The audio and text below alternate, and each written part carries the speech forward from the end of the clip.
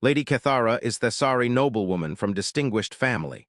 The House of Velthara, ancient lineage tracing back through 12 centuries of documented Thessari history.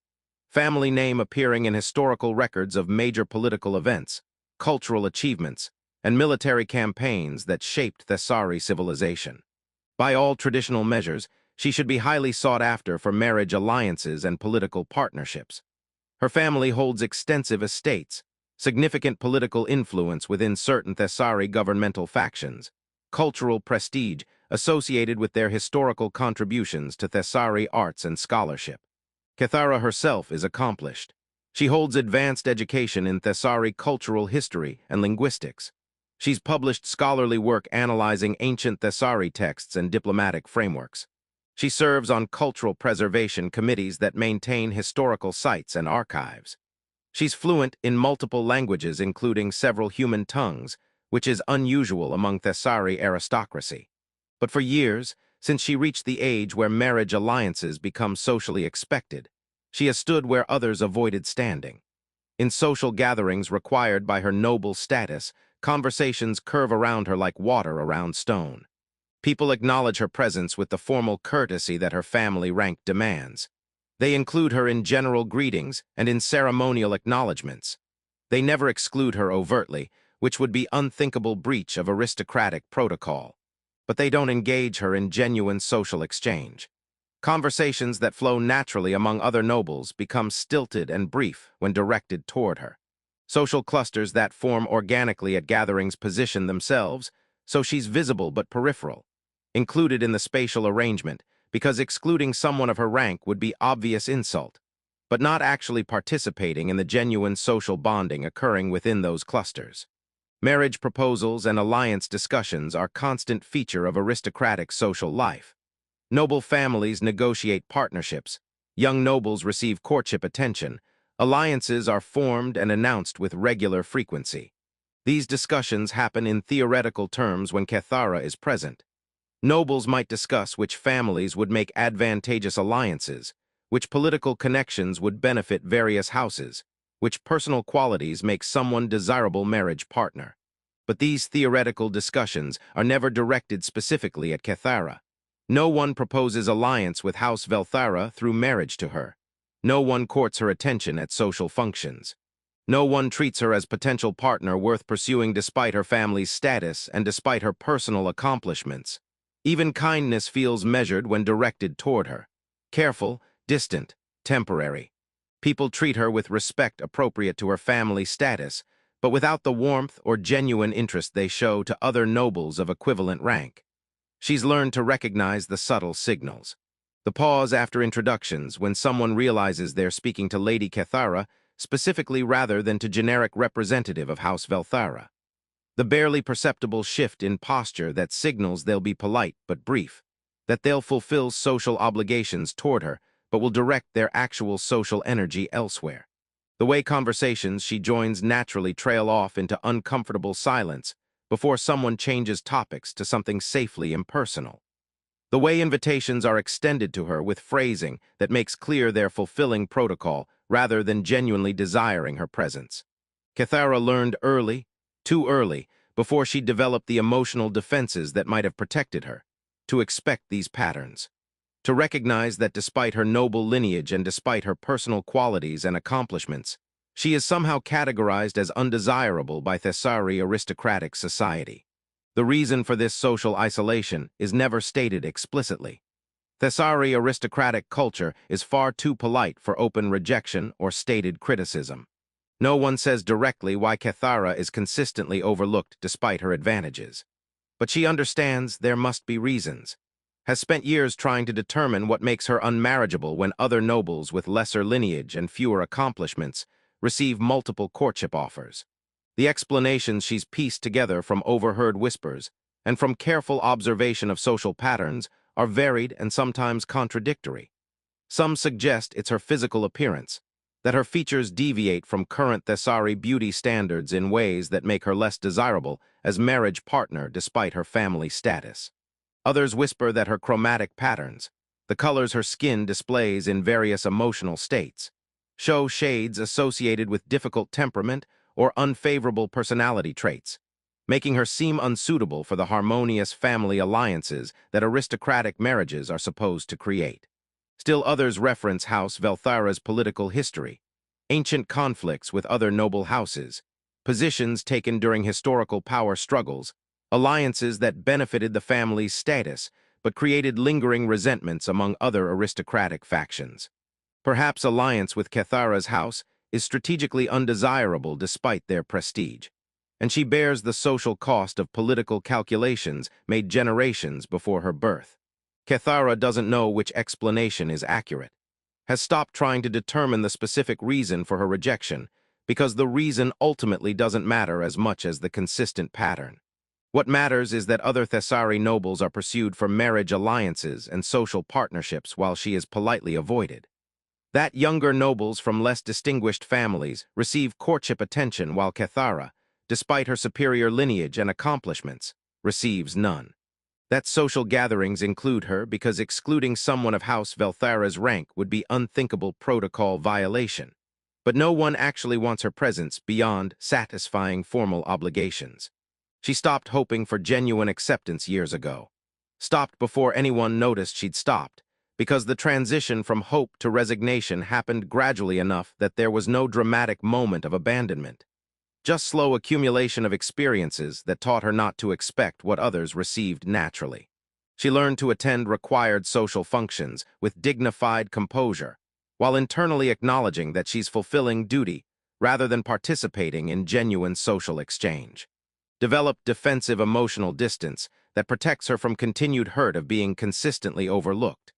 Learned to prepare herself emotionally before entering social situations, accepting in advance that she will be included but unchosen, present but peripheral, acknowledged but not valued beyond the minimum respect her family status demands. It's exhausting, maintaining composed aristocratic bearing while experiencing continuous subtle rejection. Performing social grace while knowing that every interaction is carefully measured rather than genuinely warm. But it's also her reality, the social position she occupies within Thessari aristocracy. The role she's learned to accept because fighting against it accomplished nothing except making the rejection more obvious and more painful. She is Lady Kethara of House Velthara, ancient lineage, scholarly accomplishments, cultural expertise, political connections, and persistently unwanted for anything beyond the formal acknowledgement her rank requires. She has learned to live with this reality, to function within it, to maintain her dignity despite it. What she has stopped years ago before anyone noticed, is hoping that the pattern might change.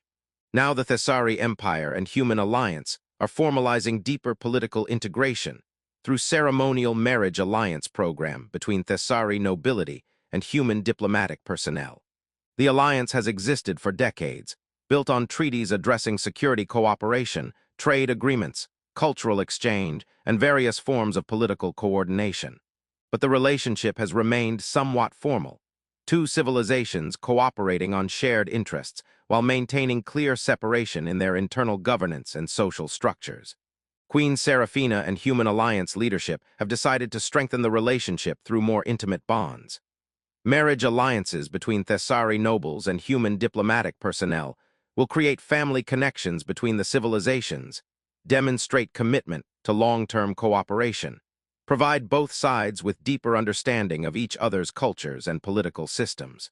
The marriages are explicitly political partnerships rather than romantic relationships, though participants are encouraged to develop genuine respect and affection if possible. The primary purpose is strategic, creating institutional bonds that transcend individual political leaders or temporary policy alignments. Queen Seraphina has selected 10 Thessari nobles to participate in the alliance marriage program. The selection represents various prominent families, different political factions within Thessari aristocracy, regional interests across the empire. Each selected noble brings specific strategic advantages: family connections, political influence, cultural expertise, assets that will benefit the alliance relationship. Lady Kethara is included in the selection. Her inclusion is politically necessary. House Velthara's ancient lineage and historical significance make excluding them from such important program impossible without causing serious offense. The family's political connections and cultural prestige must be represented in any program claiming to involve Thessari nobility's cooperation with alliance initiatives. But Kethara understands that her inclusion is about her family's status rather than about her as individual. She's been selected because House Velthara must participate, not because anyone particularly wants her participation. The matching ceremony is scheduled as major diplomatic event. Public formal occasion where the alliance marriage partnerships will be established, where human diplomatic personnel will select their Thessari partners from among the assembled nobles. The humans participating have been carefully chosen: senior diplomatic officers, cultural advisors, political specialists, individuals whose positions make them significant figures in human alliance governance, and whose partnerships with Thessari nobles will create meaningful connections between the civilizations. They've been provided with detailed information about each Thessari noble selected for the program: family background, political connections, personal accomplishments, cultural expertise, language capabilities. All the information needed to make informed strategic choices about which alliances would be most beneficial for human diplomatic interests. Human diplomatic leadership has encouraged their personnel to select partnerships based on strategic calculation: which Thessari nobles offer the most valuable political connections, which families control important resources or influence, which partnerships will position human diplomats most advantageously within Thessari aristocratic networks. Kethara prepares for the matching ceremony with the same resigned acceptance she brings to all social functions. She will attend because her family status requires it. She will be included in the selection process because excluding her would insult House Velthara. She will stand with the other Thessari nobles and fulfill the ceremonial requirements. But she has no expectation of actually being chosen. The humans have been thoroughly briefed about Thessari social dynamics. They understand which nobles are considered desirable alliance partners and which are not. They've been advised about the political advantages of various potential matches. They know, even if it hasn't been stated explicitly, that Lady Kethara is included for protocol reasons rather than because she represents strategically optimal choice. They will make the same calculations that Thessari nobles have always made. They will select the advantageous partnerships, the connections that benefit their diplomatic positioning. They will choose nobles with powerful families, favorable political alignments, strong social networks. They will not choose Kethara just as Thessari nobles have never chosen her. She accepts this in advance. Prepares herself emotionally the same way she's learned to prepare for every social function, acknowledging what will happen so the reality won't hurt as much as hope would. The ceremony begins with appropriate formality. Queen Seraphina addresses the assembly about the significance of the alliance marriage program, about the bonds being created between civilizations, about the trust and cooperation these partnerships represent. The 10 selected Thessari nobles are presented formally, each introduced with their family lineage, their accomplishments, their qualifications for participating in this historic program. When Kethara is introduced, the presentation is correct and respectful. Her family's ancient status is acknowledged. Her scholarly work is mentioned. Her linguistic expertise is noted, everything appropriate for noble of her rank. But she has learned to notice over years of similar experiences, the subtle lack of enthusiasm compared to other introductions. The other nobles are presented with warmth, suggesting genuine regard. Kethara's introduction is formally correct, but emotionally neutral, fulfilling protocol without conveying actual esteem. The 10 human diplomatic personnel are introduced next, each with their background, their diplomatic roles, their expertise and accomplishments. Senior officers, cultural advisors, political specialists, exactly the kind of distinguished personnel appropriate for alliance marriage program. Then the matching process begins. Each human diplomat, in order of their seniority, will select their Thessari partner from among the assembled nobles. The selection is public, formal, creating the ceremonial weight appropriate for establishing political alliances. The first human diplomat, Ambassador Marcus Webb, senior political officer, makes his selection after brief formal consideration. He chooses Lady Saravel from House Corthan, whose family controls significant commercial interests and regional political influence. Strategically optimal choice. The second selection follows similar pattern. Cultural advisor Sarah Chen chooses Lord Vethros from House Malkara, whose scholarly expertise in Thessari human cultural exchange makes the partnership obviously advantageous. Selection after selection proceeds. Each human diplomat, Dr. David Chen, is human cultural advisor and diplomatic officer specializing in Thessari civilization. He spent 8 years studying Thessari culture, language, history, social structures, developing genuine expertise and authentic respect for their civilization that goes beyond the superficial cultural awareness most diplomats acquire. His selection for the Alliance Marriage Program reflects both his expertise and his diplomatic role. As cultural specialist, partnership with Thessari noble will position him to deepen human understanding of Thessari aristocratic society, while providing his Thessari partner with direct connection to human cultural analysis frameworks. David has taken the matching process seriously. He's reviewed the detailed information provided about all 10 Thessari nobles selected for the program. Not just their official credentials and family backgrounds, but their actual accomplishments, their published work, their demonstrated expertise and interests. He understands the strategic calculations that human diplomatic leadership recommended, selecting nobles with maximum political influence, choosing partnerships that provide access to powerful Thessari networks, prioritizing immediate diplomatic advantages. But David's approach to the selection has been different. He's not dismissing strategic considerations, but he's weighing them alongside personal compatibility and genuine intellectual respect. He's considering which Thessari noble shares interests that would make the partnership intellectually meaningful rather than just politically advantageous, which noble has demonstrated expertise that aligns with his own cultural research, which partnership would create genuine mutual respect rather than just strategic convenience. When he reviewed Lady Cathara's background, several things caught his attention. Her scholarly work on ancient Thessari diplomatic frameworks, analyzing how pre-alliance Thessari civilization managed relationships with neighboring powers, how their historical approaches to cultural exchange might inform current alliance dynamics. Work that directly relates to David's own research interests. Her linguistic expertise, fluency in multiple human languages, understanding of how linguistic structures reflect cultural values, published analyses comparing Thessari and human communication frameworks. Expertise that would enable genuine intellectual exchange rather than surface-level cultural tourism. Her role in cultural preservation, serving on committees that maintain historical sites and archives, working to ensure that Thessari cultural heritage is protected and studied rather than being lost to modernization. Commitment that resonates with David's own values about respecting and preserving cultural knowledge.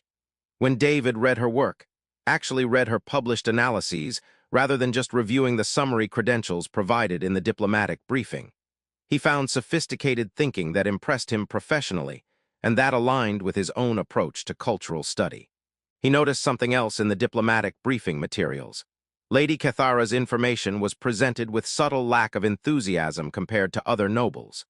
Nothing explicitly negative, but the careful neutral phrasing suggested she was included more for protocol than for genuine recommendation. David has worked in diplomatic contexts long enough to recognize that pattern. It usually indicates someone who is politically necessary to include, but socially disfavored for reasons that may or may not have merit.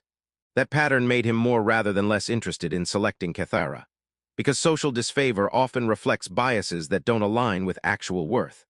Because being underestimated and overlooked creates certain qualities, resilience, depth, absence of entitlement, that David values more than the polished charm that comes from being constantly sought after. He made his decision before arriving at the ceremony. Lady Cathara aligned with his interests professionally, offered partnership potential for genuine intellectual exchange, and appeared to be systematically undervalued by Thessari's social hierarchy in ways that suggested their loss rather than her inadequacy. Now, when his name is called to make his selection, David steps forward into the ceremonial space. The assembled Thessari nobles arrange themselves unconsciously according to social hierarchies. The most desirable candidates, those who have already received clear social validation, who are known to be sought after for alliances, position themselves prominently.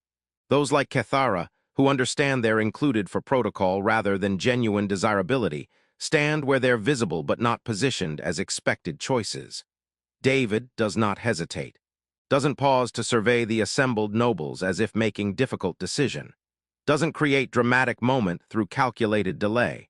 He speaks clearly, his voice carrying across the ceremonial space.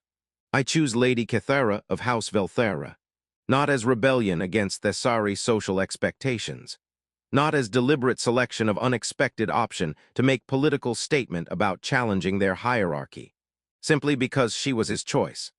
The noble whose background and expertise made her the obvious selection for partnership that would be meaningful to him personally and valuable for genuine cultural exchange rather than just political positioning. The room reacts before Kythera can process what just happened. Murmurs ripple through the assembled Thessari. Surprise, confusion, rapid recalculation as nobles try to understand what they're witnessing. What strategic advantage does this human see that they've been missing? Why would he choose the consistently overlooked Lady Kythera when more obviously advantageous options remain available? The human diplomatic personnel show similar surprise. David's choice wasn't among the strategically optimal selections their pre-ceremony briefings recommended. Several human diplomats exchange glances that communicate confusion about whether David misunderstood the selection parameters or whether he's making some calculated move they don't recognize.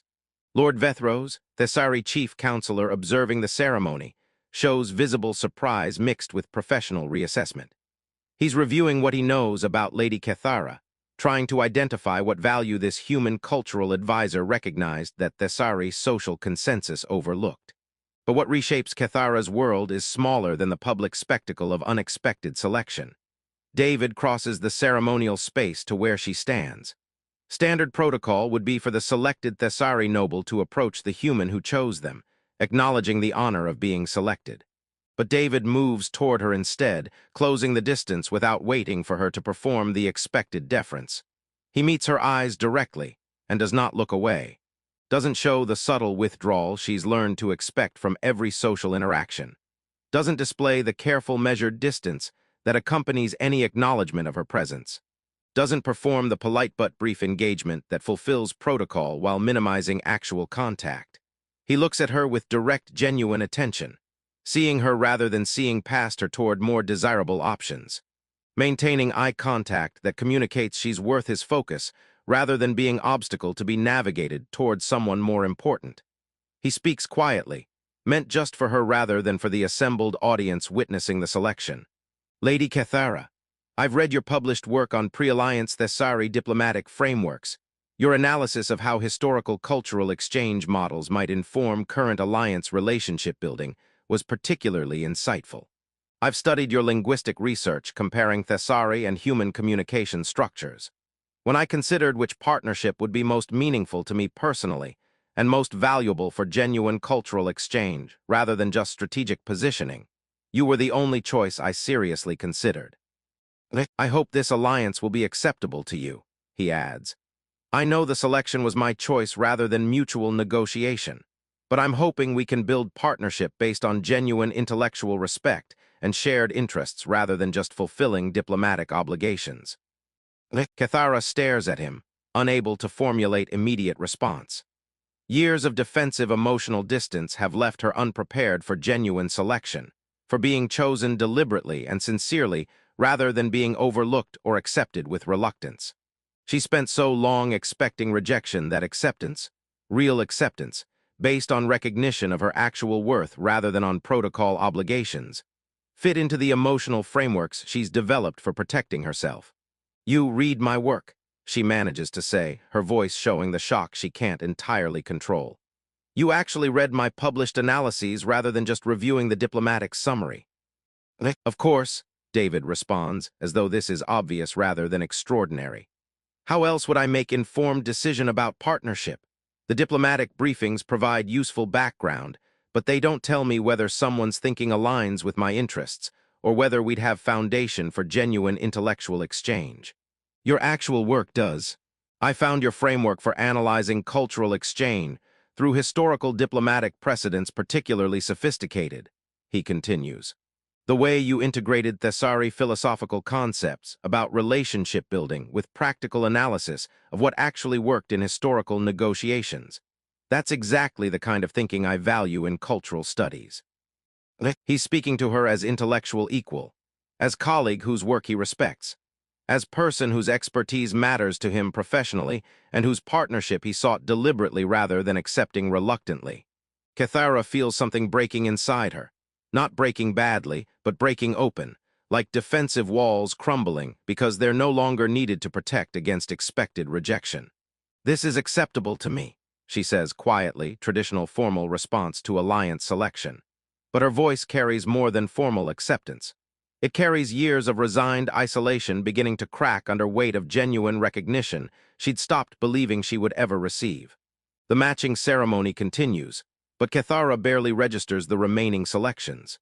She's standing beside David now. Protocol requires the selected pairs to stand together once matches are made, trying to process what just happened. She was chosen, deliberately, by someone who actually read her work and who selected her because he valued what she'd accomplished rather than despite it. After the ceremony concludes, during the formal reception where the newly matched pairs are expected to socialize with assembled diplomats and nobles, Cathara observes reactions to David's selection. Some Thessari nobles approach David with barely concealed confusion, trying to understand his choice through careful diplomatic inquiries about his strategic thinking. David responds with honest directness that seems to confuse them further. He chose Lady Cathara because her expertise aligned with his interests and because her work impressed him. No hidden political calculation. No strategy they're missing. Other nobles approach Cathara with reassessment visible in their bearing. If this distinguished human cultural advisor saw value in her worth selecting, perhaps they've been missing something. Perhaps Lady Cathara is more strategically important than social consensus suggested. Cathara recognizes the pattern. She's being reevaluated not because anyone suddenly sees her actual worth, but because David's selection signals she might have value they overlooked. They're responding to his validation rather than recognizing her independent merit. It's deeply ironic. Years of accomplishment and expertise didn't earn their respect, but one human's sincere choice makes them reconsider their dismissal. Lord Vethro's approaches the newly matched pair during the reception. "Dr. Chen, I must admit your selection surprised many of us. Lady Cathara is certainly of distinguished lineage, but we had anticipated you might select partnership offering more immediate political advantages. May I ask what factors influenced your decision?" "I selected partnership offering genuine intellectual compatibility and mutual respect," David responds simply. Lady Cathara's expertise in cultural exchange frameworks and her linguistic research align directly with my professional interests. Her work demonstrates sophisticated thinking that I find more valuable than whatever immediate political advantages might come from other selections. Also, David adds with slight smile, I've learned that people who are consistently undervalued by social consensus often possess qualities that those who are constantly sought after lack. Depth, resilience, absence of entitlement, genuine rather than performed expertise. Lady Cathara's social position suggested to me that Thessari aristocratic hierarchy might be overlooking someone worth knowing. Vethros processes this perspective, human outsider identifying value that Thessari social structure missed, selecting based on actual assessment rather than on inherited biases. "That's remarkably perceptive analysis, Doctor Chen," Vethros observes, "and somewhat indicting of our social dynamics." "Not indicting," David corrects gently. "Just recognizing that every culture has biases that cause them to undervalue certain people. Sometimes it takes outsider, free from those inherited biases, to see worth that others stopped looking for." After Vethros moves away, Cathara speaks quietly to David. "You've made me subject of intense speculation. Everyone is trying to understand what strategic advantage you saw that they missed. They're recalculating my value based on your selection rather than based on any recognition of my actual accomplishments." "Does that bother you?" David asks. "It's complicated," Cathara admits. "Part of me resents that your validation matters more to them than years of my actual work did. But another part is just grateful to be chosen at all, regardless of their motivations for suddenly reassessing me." "You shouldn't have to be grateful for being chosen," David says firmly. "Being selected for alliance marriage partnership shouldn't be extraordinary validation. It should be recognition of your obvious worth. The fact that Thessari's social hierarchy made you feel unwanted despite your expertise and accomplishments is their failure, not yours." "But I felt unwanted for years," Cathara responds, her voice showing vulnerability she rarely allows. I stopped hoping anyone would choose me. Learned to accept that I would be included for protocol but never valued for myself. And then you stepped forward and spoke my name as if it was obvious choice, as if you'd never considered selecting anyone else. That's because you were the obvious choice, David confirms. When I reviewed all available information about the Thessari nobles selected for this program, you were the only one whose expertise and interests aligned with mine strongly enough to make partnership meaningful rather than just politically convenient. I genuinely didn't seriously consider other options once I'd read your work. The room reacted with surprise when I announced my selection, he continues. But that surprise reflects their biases, not reality. They were surprised because they'd decided you weren't desirable choice. I wasn't surprised because I'd made my decision based on actual assessment rather than on social consensus. You met my eyes and didn't look away, Cathara says quietly. When you crossed the ceremonial space to stand with me after selecting me, you looked at me directly and maintained eye contact. You don't know how rare that is. How most people's eyes slide past me even when they're speaking to me. As if maintaining eye contact with someone as socially disfavored as I am is uncomfortable. Then most people are missing what's worth seeing, David responds. I looked at you and saw someone whose work I respect, whose expertise I value, whose partnership I deliberately sought. Why would I look away from that? Several weeks later, after the initial ceremonial formalities have concluded, and the matched pairs are beginning to actually build their alliance partnerships, Cathara and David have private conversation in David's diplomatic quarters. I need to know, Cathara says carefully. Was choosing me actually based on genuine assessment of my work and expertise, or was it political calculation about selecting unexpected option to make statement about challenging Thessari social hierarchy? David looks at her with the same direct attention he showed during the matching ceremony. It was genuine assessment. I read your published analyses, actually read them, not just reviewed summaries. I found work that impressed me professionally and that aligned with my research interests. When I considered which partnership would create foundation for genuine intellectual exchange rather than just political positioning, you were obvious choice. I didn't choose you to make political statement, he continues.